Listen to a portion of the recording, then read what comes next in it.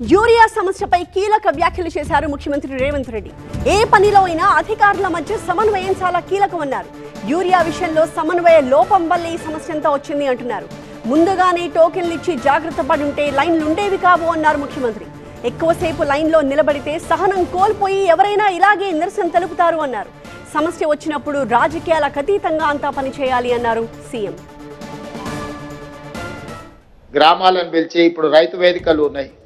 మీరు అన్నట్టు 2000 3000 రైతులకు సపరేట్గా రైతు వేదికల దగ్గర పెట్టి లోకల్గా పోలీసులను కూడా అడుగు 2 కానిస్టేబుల్స్ని అక్కడ నించోబెట్టి ఆ టోకెన్లు ఇచ్చి ఆ రైతు వేదికల నుంచి మీరు యూరియా కానీ ఇతర ఎరువులు కానీ ఏమైనా ఇచ్చిందంటే సమస్య రాదు. ఒక్కసారిగా మంది అందరూ ఒక దగ్గర నిలబట్టి అందుబాటులో ఉన్నా కూడా లైన్ పెద్దగా కనిపిస్తుంది. సినిమా హిట్ అయితే అందరి టికెట్ దొరకవచ్చు కానీ లైన్ చూస్తే పొడుగ్గా కనిపిస్తుంది. ఆఖరి ఆయనకు మొదటి ఆయనకు సేమ్ టైంలో ఇవ్వలేరు కదా. సేమ్ యూరియా అందుబాటులో ఉన్నా కూడా 1000 మంది లైన్లో ఉంటే మొదటోడికి చివరోడికి 8 గంటలు పడుతుంది.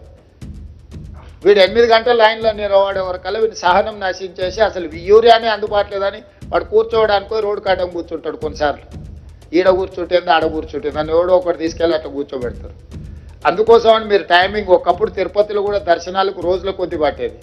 ఇప్పుడు ఆన్లైన్ మీకు టైమింగ్ ఇస్తున్నారు, ఈ టైంకు నువ్వు వచ్చి దర్శనం చేసుకో అని. సేమ్ అట్లనే లోకల్గా ఈ యూరియాకి సంబంధించి కానీ ఇట్లాంటివి ఏమైనా ఇష్యూస్ వస్తే వాటిని కొంత మీరు సమన్వయం చేసుకోవాల్సిన అవసరం ఉన్నది.